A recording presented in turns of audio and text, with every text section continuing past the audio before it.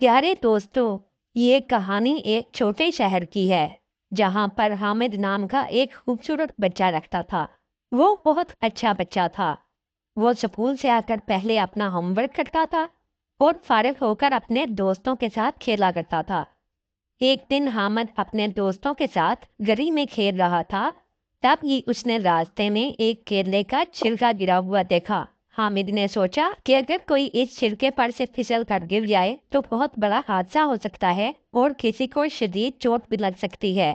ये सोचकर उसने फौरन छिलके को रास्ते से हटा दिया और कूड़ेदान में फेंक दिया।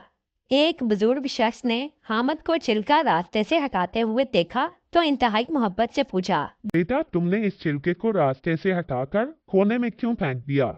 हामिद ने मुस्कुराकर जवाब दिया। अंकल, मैंने सुन रखा है कि रास्ते से तकलीफ दे चीज को हटा देना नेकी का काम है और इसका बहुत सवाब है। मैंने इसको रास्ते से इसलिए हटाया ताकि कोई भी इस फल से फिसल कर गिर न जाए। बुजुर्ग शख्स ने मुस्कुराकर कहा। बेटा, तुमने बड़ी ही अच्छी बात की। शाबाश।